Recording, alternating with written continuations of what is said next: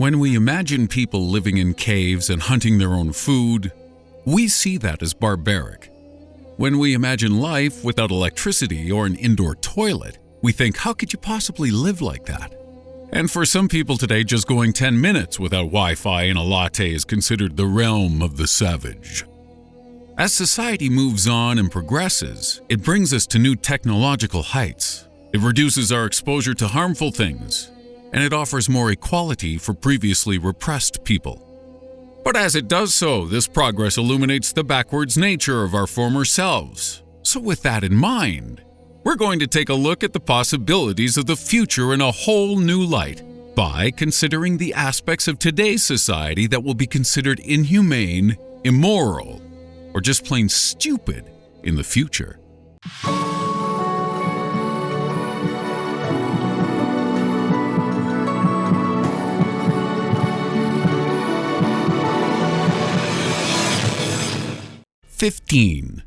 Prison. The current reoffending rate for prisoners in the United States is 60%. Even worse, it is responsible for a quarter of the world's prison population. These statistics make for pretty bad reading, but if America and a few other countries took a leaf out of Sweden's book, things might just change for the better. Whereas the U.S. prison system is dangerously overcrowded, Sweden is currently in the process of closing down some of its facilities due to lack of use, as they only have 4,500 inmates out of a 9.5 million population, which is roughly 1 in every 2,000 people. Compare this to the USA, where 1 out of every 110 people is incarcerated, and you begin to see why something may not be quite right.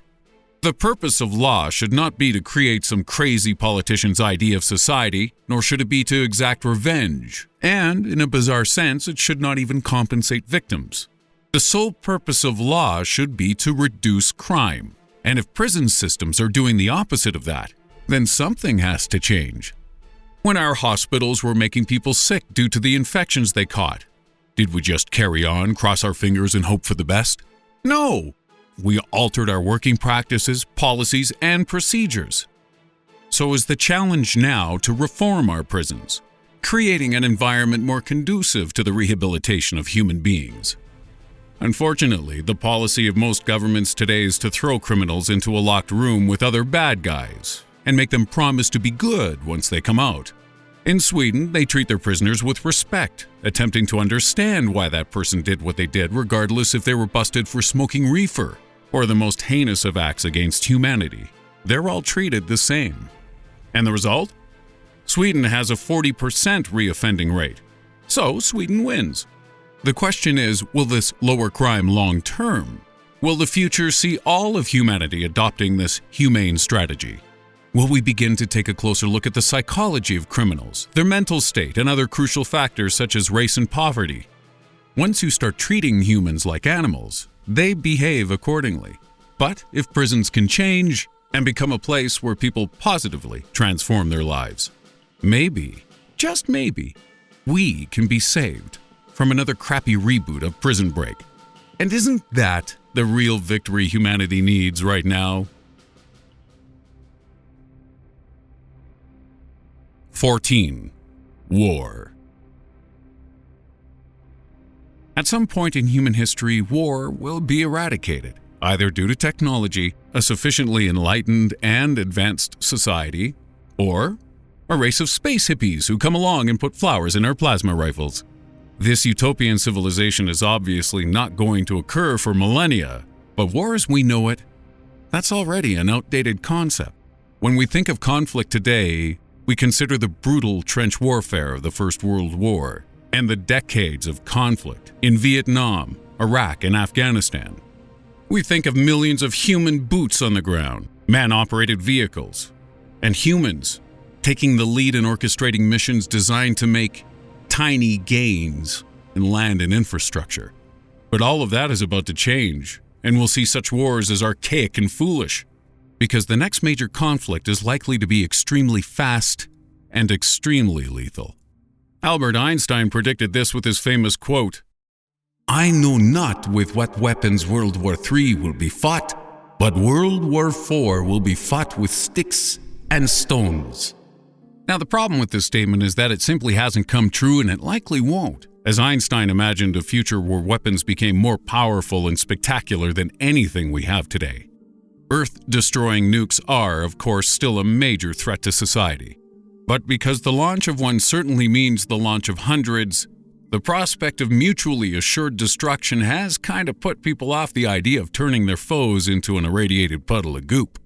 So rather than making weapons lethal out of sheer explosive power, we've made them deadlier by improving their efficiency at targeting individual threats. However, the worrying part is that we're now beginning to bypass humans at a certain point in the decision-making process, replacing them with machines. A recent quote by the U.S. Army's Major General William Hicks illustrates this perfectly, as he commented that, "The speed of events are likely to strain our human abilities. The speed at which machines can make decisions in the far future is likely to change our ability to cope, demanding a new relationship between man and machine." Right now, there are AI-programmed drones in the skies above the world's major theaters of warfare, and thankfully these crafts still require a large level of human input in order to function correctly. But what happens when they don't? Will we look back at warfare today as old-fashioned, but in a good way? How will war change when you can send a squadron of hyper-fast lethal killing machines to wipe out your enemy's forces? Will we target drone operators or commanders rather than scores of infantry soldiers? Would we feel okay with a swarm of tiny nanobots reducing a whole army of humans to a fine pink mist? At what point will human combatants become obsolete? And how will we cope when our all-powerful killing machines make a mistake? Especially if it was a mistake the machines let happen. 13. Pooping. That war entry was pretty heavy. So, let's lighten the load a little by considering how humans might relieve themselves in the future. The act of dispensing our collective waste has taken several giant leaps over the course of mankind's history. As from our humble beginnings of pinching one off in the bush, humanity now enjoys the benefit of defecating in relative comfort, thanks to the invention of sewage systems and flushing toilets. Yet many people worldwide still don't have this option. Then there's the small matter of how to clean yourself up. Historically, we used sponges on sticks, wads of leaves and moss, and the Romans even had communal butt cloths to wipe themselves down while pooping in streams and rivers. Today, obviously, we're far too classy for that, using scrunched-up recycled paper to staunch our mess away. But will future toilet historians see our use of the toilet as being as barbaric as the butt cloth? Maybe. So how will we do it? Hopefully it won't involve the 3 seashells from Demolition Man. That sounds kind of pinchy. We've had all sorts of devices pitched to us as the future of human toilet time, from vacuums and water jets through to toilets that stop your poop smelling bad. But the most likely end game for our dirty, dirty bottoms is that we may not need to poop at all. Or at least if we do, it won't be as messy. With the advancement of nutritional science, we may be able to develop food which has zero waste products. So in that instance, the only things you'll need to get rid of are the dead bacteria, mucus, fats, and salts your body excretes. And mopping this up might be as simple as blowing your nose. Have you ever seen a future sci-fi movie where folks are bare-butt sneezing in public? No! Because nobody except Strange Mysteries thinks of this stuff. You're welcome for that image. And if we can rid ourselves of this mucus excretion too, who knows? We might be able to use your now redundant cavity as some kind of special pocket. You want to mug me for my smartphone? Go for it, pal. It's waiting for you right here between my sweet cheeks. 12. Torturing animals. Animals make us laugh, they make us cry, and they also make us full with their delicious, tasty flesh. If you've watched our recent video on 6 life-changing future developments, you'll know we discussed how synthetic meat may change our attitudes towards other living creatures. And when this happens, future society won't look back kindly on the way we treated our innocent animal allies. At the risk of inciting a memoir in the comments section, let's bring the subjects of 2 recent animal cruelty stories into the discussion. All praise be to Lord Cecil and King Harambe, 2 animals who were shot by humans for unconvincing reasons and whose deaths sparked an international outcry. But where is the outcry for the millions of baby chicks minced alive to make the Colonel's produce? Why does nobody care for the cows, pigs, and sheep slaughtered mere months into their life, having spent their early years wallowing in their own filth? And does nobody care what happened to the pig who played baby? I hope he's okay. It's all well and good raising heck at the idea of a rich dentist popping a cap in the king of the jungle. Can you really do this with a straight face? If while you're complaining you're also stuffing your mouth with 100 nuggets for 99 cents. As man begins to reduce its use of live animals for meat, we'll also see the same trend extend to scientific experimentation. Artificial human organs and flesh are well on their way, and once their production costs decrease, we'll have a far more accurate way of testing drugs and treatments. Once this happens, we'll perhaps start to value animal life, becoming a society more at one with nature. Maybe we'll allow creatures to roam amongst us. Maybe we'll give bonobos the vote. It's hard to say exactly what this world will look like, but it's not impossible that one day we'll consider the murder and torture of merely sentient beasts as equal to those same crimes being committed against those that are self-aware. And I, for one, cannot wait for a time when the police are forced to investigate cheeky monkey murders. 11. Education. It's fun when you know something your parents don't know, isn't it? Whether it's a neat fact about the world or how to program a Blu-ray player, we all feel that little bit superior when we get to teach the people who made us something new. But did you know that for centuries, human beings have been increasing in IQ until we stopped doing that just recently? The idea of one generation becoming smarter than the next has been observed and noted since the 1930s with something called the Flynn effect, which used IQ tests to measure the intelligence of a population over a period of time. Scores in these tests have risen consistently in developed nations since they began, leading many to believe that thanks to our increasing efforts in education, every generation has been getting smarter than their parents. Inevitably, if this continued, it would lead future generations being intellectually superior to us. But this might not actually be the case, as for some reason, humans are getting dumber. IQ scores in developed countries have either stalled or decreased slightly, and the reasons for this are not yet known. They could be indicative that the Flynn effect was flawed, with nutritional improvements or lack of disease affecting the results.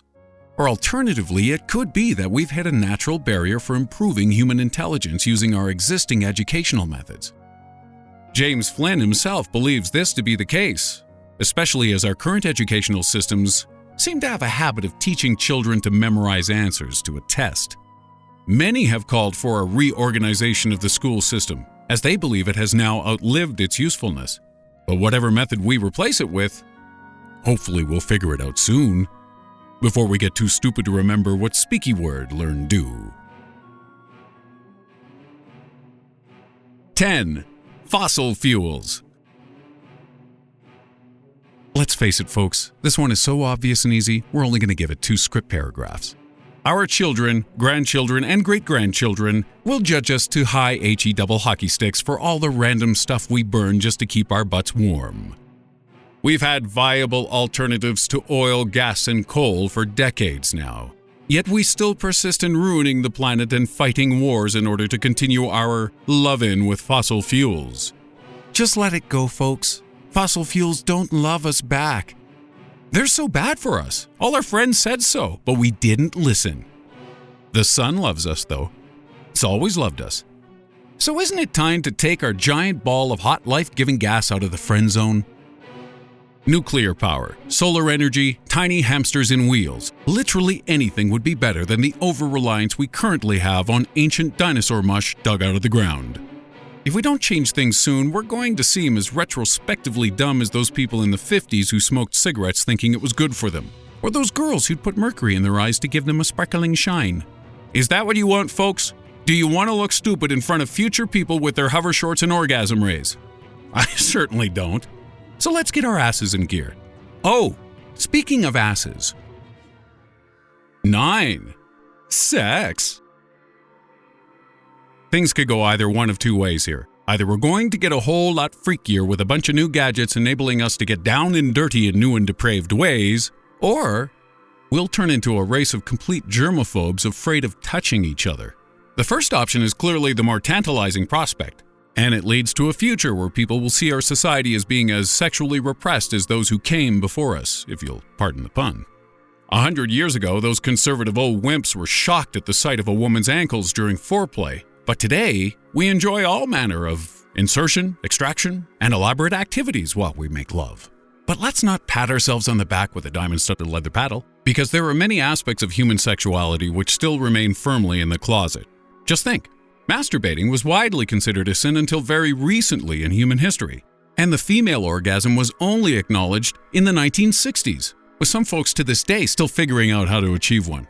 However, due to the restrictions placed on people by the ideals of masculinity, femininity, and morality, there are some things many of us are unwilling to do to get our rocks off. But this is beginning to change. In 2014, the UK sex toy website Lovehoney announced they'd sold 1 million sex toys over the previous 12 months, including vibrators, nipple clamps, and penile rings. If you connected all of the 120,000 penile rings they sold that year, you'd have enough to encircle the Empire State Building 20 times. The people inside might be annoyed, but you could definitely do it. Now, could you imagine people buying sex toys in this volume 50 years ago? Can you imagine your grandpa buying a sex toy? Don't do it, but can you? It wouldn't happen, because since then society has become less anxious and more public about our sexual desires. As generations pass, taboos often fade into oblivion, and what we see as kinky and weird today could be entirely acceptable in the future. But there's also the chance things could move drastically in the opposite way should a major event change our order of priorities. If a new sexually transmitted disease came out that turned your genitals into soup, or somehow alerted your mom every time you were having sex, then we'd suddenly have to redefine how much physical contact we deemed acceptable. Sex and relationship expert Dr. Laura Berman believes we'll go down this route and start using elaborate technology and neurological analysis to have better, but less intimate sex in the future. In this scenario, our current habit of touching each other physically in a sexual manner would be seen as the behavior of a barbarian, with a more clean, clinical approach taken to getting each other off. You know what? I always thought barbarians had a bad rep anyway, so I'm going to keep on as I am. Thank you very much, Dr. Lady. 8. Slavery. Oh hey, what's this entry doing in here? Didn't we outlaw slavery like a bazillion years ago? Well, America did, and so did many other countries around the world. But in fact, the number of enslaved people is estimated to be larger now than it ever has been at any point in human history. Sorry, Mr. Lincoln, just like John Wilkes Booth, you gave it a pretty good shot, but there's still work to do. There are approximately 30 million people living in modern slavery today, and this industry generates $32 billion for people traffickers every single year. Around 3/4 of these slaves are used for labor purposes, and the remaining quarter are enslaved for sex. 55% of all slaves are women and girls, and nearly half of the world's slave population can be found in India alone. Out of 162 countries ranked in order of its slave population, the US came in at 134th. That's not bad, but it's nowhere near the best, with an estimated 60,000 slaves still living in the United States today. The UK, Ireland, and Iceland jointly top the list of countries with the smallest slave population at 0.006% of their country's people, compared to the highest ranked 4% in Mauritania. But Britain's 0.006% still means more than 4,000 people are living in bondage inside the borders of the world's 6th largest economy. And that's the best percentage in the world. Admittedly, this translates to only 19 people in Iceland, but that's no consolation if you're one of those 19 people. Slavery is something we in the West thought had disappeared from the face of the earth a long time ago. But not only is it still present in most corners of the globe, it's also prevalent in our own backyards. History will judge slavery as one of the greatest sicknesses our planet has ever endured, and this is something we'll be dealing with for a long time yet. 7. Politics. Hands up if you feel Donald Trump represents your political views. Now hands up if you feel the same about Hillary. Well, from my high horse up here, I can see there are a whole lot of people not putting their hands up right now, And even if you threw Bernie Sanders, Gary Johnson, and the Zodiac Killer in there, we'd still have a fair few people with their arms stuck firmly besides them. The problem with most modern democracies is that for every person who is happy with their leader, there are many who are not. And those people don't get a chance to have their say until the next election comes along. In a two-party system, you'll always have huge numbers of people across the country who, for reasons of gerrymandering, political unpopularity, or sheer bad luck, don't get to decide on how their country is run. And this is equally true for countries with 3 or more parties vying for power. The only way for people to have more of a say in how their country is run is through effective mobilization and the dissemination of accurate information. And this is where big data and the internet are going to become very handy indeed. Whereas today the media takes the lead in hurling sensationalistic news at low-information voters, technology brings with it ever more opportunity for individuals to communicate and persuade larger numbers of people. Another trend currently sweeping the globe is one of personalization. So why can't this apply to politics? If I believe in tough drug laws and my neighbor believes the opposite, is there a way we can both have what we want? Is there no way for a liberal and a conservative to have their own political choices applied to them and them alone? I don't know how this would work regarding immigration, mind you. Maybe those close-the-border folks would get a free blindfold or something. But if it made fewer people angry with the world, it's surely worth further discussion. A change in the way democracy is enacted and applied has been long overdue, and when it comes, we'll look back at our system today and laugh. That's if our faces haven't been burnt off from 2017's inevitable nuclear holocaust. 6. Medical care. Masochists aside, most people are pretty thankful that we live in an age where operations can be performed under the glorious haze of anesthesia, and that the local doctor isn't some quack who prescribes the same treatment for every illness. Flu? Let's drill a hole in your head. Back pain? Hole in the head. Giant hole in your head? You're a hypochondriac. Get out of my office. We look back at the medical treatments of yesteryear with both amusement and fear. But you have to wonder which methods we use today will be seen as barbaric by our children and grandchildren. We inject vaccines into our bloodstreams. We amputate limbs with no prospect of regrowth. We slice skin off our butts and use it to fix our horrifically burnt faces. These are all vital and necessary treatments today. But will we mock them tomorrow? Perhaps mocked isn't the right word, but it's almost certain that generations to come will have access to a greater range of drugs and treatments than we do. And it's likely they'll be able to cure many of the illnesses we live in fear of. In our lifetimes, AIDS and cancer could be eradicated, as we've done with smallpox, and which we hope to achieve with polio in the next decade or so. But even if we can't cure these ailments, we may at least enjoy treatments which aren't as harsh on our bodies as those we use today. As anyone who's undergone chemotherapy will tell you, the side effects of anti-cancer drugs are far from pleasant. And hopefully, we may view these treatments as unnecessary, painful, and grotesque once we come up with a viable alternative. Gene editing tools may even make a cure for such diseases completely unnecessary, allowing humans to be born immune to devastating illnesses in the first place. But even if we're able to cure a multitude of diseases in the next few years, there's one area of human healthcare which we'll definitely look back on with derision, regardless of any technological breakthroughs. 5. Mental health.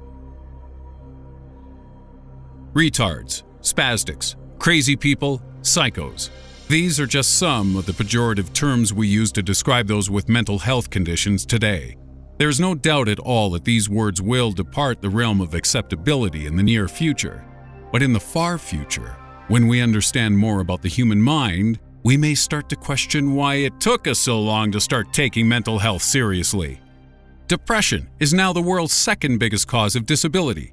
And even though we've witnessed the signs of this illness for most of human history, it's only recently we've started to develop effective medications which help to alleviate its symptoms, because it's only recently that we've started to actually care.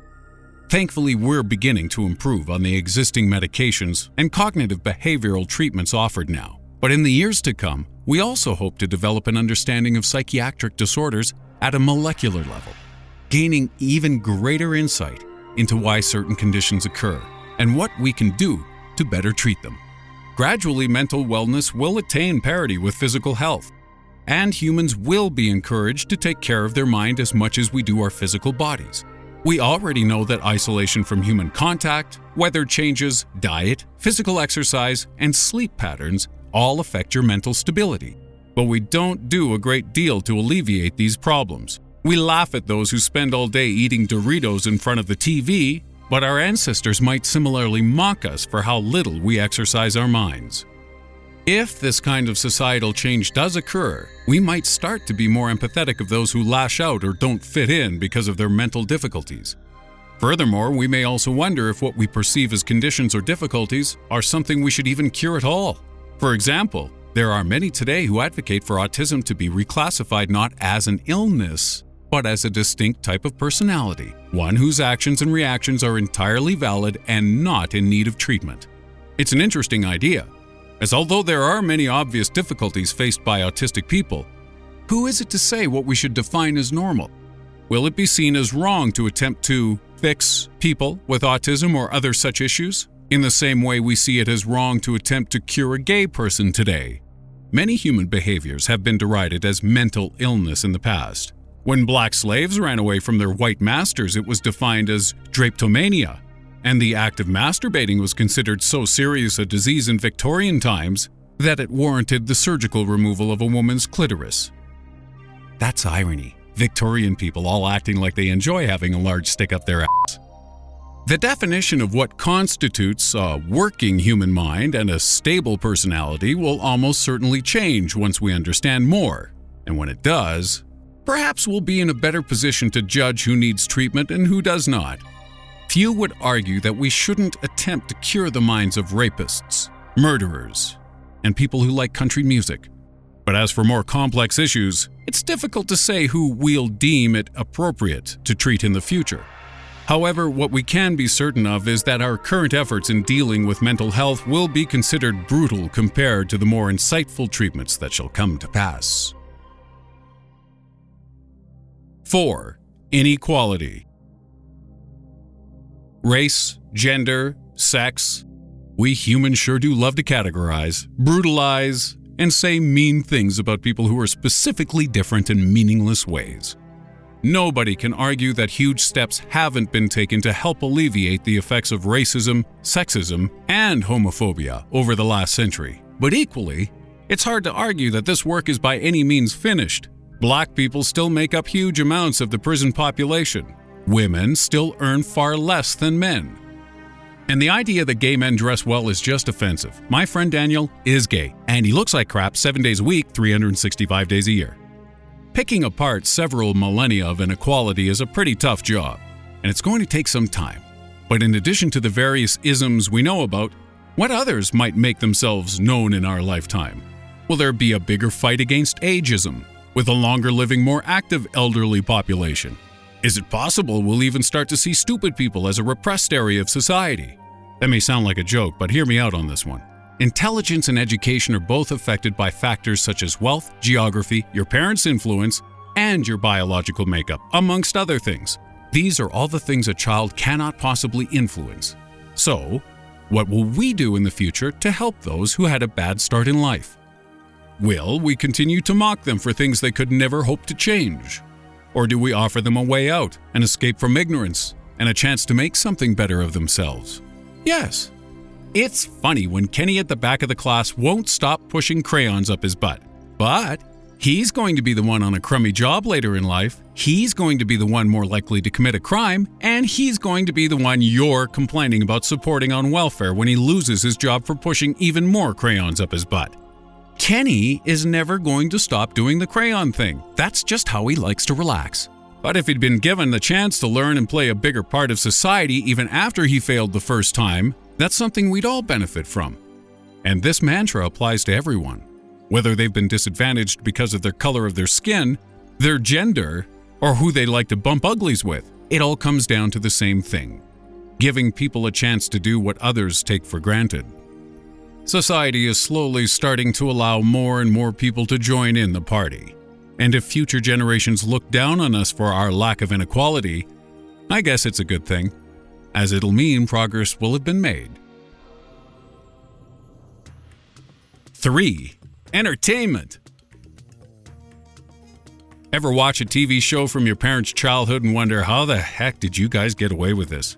Well, that's what your kids will be thinking when you show them a rerun of Family Guy, The Simpsons, or even Modern Family.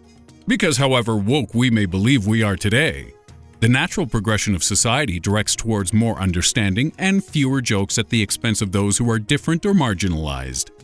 Shows from the early years of television are littered with homophobic and racist content, and people got away with it back then because they were considered of their time. But don't you ever wonder which shows, movies, and music we enjoy today, which will become offensive in the future? Have vegetarians been unfairly represented? Do ugly people save the day often enough? Are zombie flicks guilty of culturally appropriating the society of the undead? Of course, there's plenty of intolerance shown in modern programming which we know about already, without me having to make any up. In mainstream movies, you'll rarely see a black guy kissing a white girl. Fat people are constantly made fun of. And in action films, women are frequently used as a trophy to be acquired by heroic men. Don't get me wrong, I like trophies. They prove I'm good at stuff. But this isn't how real life works. And in the future, our entertainment will start to represent more of society more equally. And that means our media today will seem ignorant by comparison. Alternatively, it's possible we might actually become more tolerant of our past's intolerance, allowing it to stand as a lesson, and instead of laughing at jokes which mock those who are different, we laugh at those doing the mocking, as our outdated beliefs become amusing to those in the future. Or maybe we'll just have a boatload more reality shows where people eat kangaroo anuses for fun. Yep, that's more likely. 2. Working 9 till 5.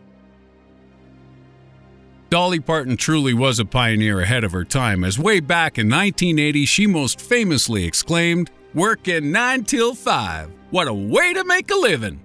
But how long will mankind continue to slave away at a desk, in a field, or in a voiceover booth for the benefit of strangers? Because let's face it, it's the rich folks who prosper the most from our existing system of employment and remuneration. Some humans work for pleasure, but most do so because we have to. However, when all of our doctors, truck drivers, and zookeepers are replaced by one single truck-driving, lion-taming, cold-curing robot, and humans become free of a repressive system of life-encumbering toil, folks might look back at society today and start to feel quite sorry for us. At Strange Mysteries, we've already spoken about the potential introduction of universal income. As with humans becoming less and less important, a guaranteed support system will eventually become a necessity, in whatever form it takes. But such a situation is considered to be decades ahead of us, if not a whole century. So how might work change before then? The answer is drastically, because the idea of a job is already changing within single generations, let alone between them. Take your parents, for example. They may have worked the same field their entire lives, and possibly even for the same company. But today, that simply isn't the case. Millennials spend on average 12 months in the same position, with this number expected to fall to 6 months in the next 5 years. We're also switching careers more than ever. So the idea of being a mechanic, veterinarian, or stripogram from the day you leave school until the day you retire is rapidly becoming outdated. The hours we work may also drop due to a number of factors. Because as more processes become automated, you'll need fewer humans to do things. So that means fewer work hours will be made available. 4-day working weeks are a distinct possibility within the next decade. And that's if you're not already enjoying such a situation, as more and more people switch to a freelance position. Freelance contractors often work fewer hours and days than most people, and they're able to command a higher fee for their hourly services because of the money they save companies, who no longer have to pay for the hours you waste taking a 30-minute bathroom break or a Candy Crush warm-up hour after lunch. Because of this, many people's permanent contracts are being replaced by freelance positions, as companies have found that temporary teams which come together on a single project, as you would for a production of a movie, are far more productive than those with a guaranteed position. The idea of hundreds of people chained to a desk in a giant company headquarters is already being ditched by more forward-thinking tech companies. But soon, any firm which values productivity is going to follow suit. And sure, everyday workers lose some job security in this situation, but you get to keep the same paycheck and you gain a whole bunch of spare time to boot. And speaking of spare time, at 1. Retirement. Here's life in a nutshell. You work hard until you're 60 or 65, then you go home for a nap, and you die. That's basically it. But will this change in our lifetime? Well, it already is, and in the future, we might consider our golden years in a whole different light. As the health of our elderly generation improves, thanks to advancements in medical science, people are not only living longer, they're also living more active lifestyles for longer. It is widely believed that the first human who will live to 150 has already been born. But aside from the trivial nature of record-breaking, it is also thought that the millennials are the world's first generation who are expected to live to 100 years old en masse. And with most of that being active and productive. 40 years, that's a long time spending playing chess in the park and telling kids to get off your lawn. The idea of retirement therefore needs to change, and will most likely start with the age at which it kicks in. The UK has already risen its retirement age, with both men and women scheduled for retirement aged 66, compared to 60 for women and 65 for men just a few years ago. This will increase as we reach the mid-21st century, and from the year 2067, Brits need to reach 73 before they can finish working. But is this actually a good thing? As manual labor jobs become obsolete, will we ever need or want to stop using our talents for financial gain? Sure, many of us might be tired of work and will use our 40 years of retirement to write a book or travel the globe, but equally, many may wish to continue working. There are millions of elderly people with vast swaths of useful experience and knowledge being ignored in favor of youthful, energetic minds.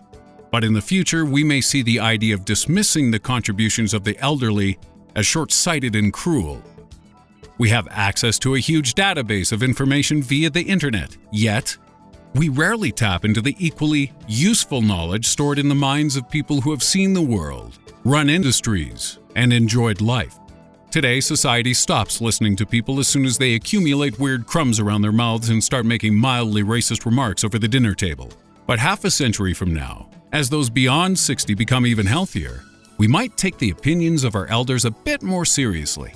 Because with their newly acquired energy, they'll be able to punch our lights out if we don't.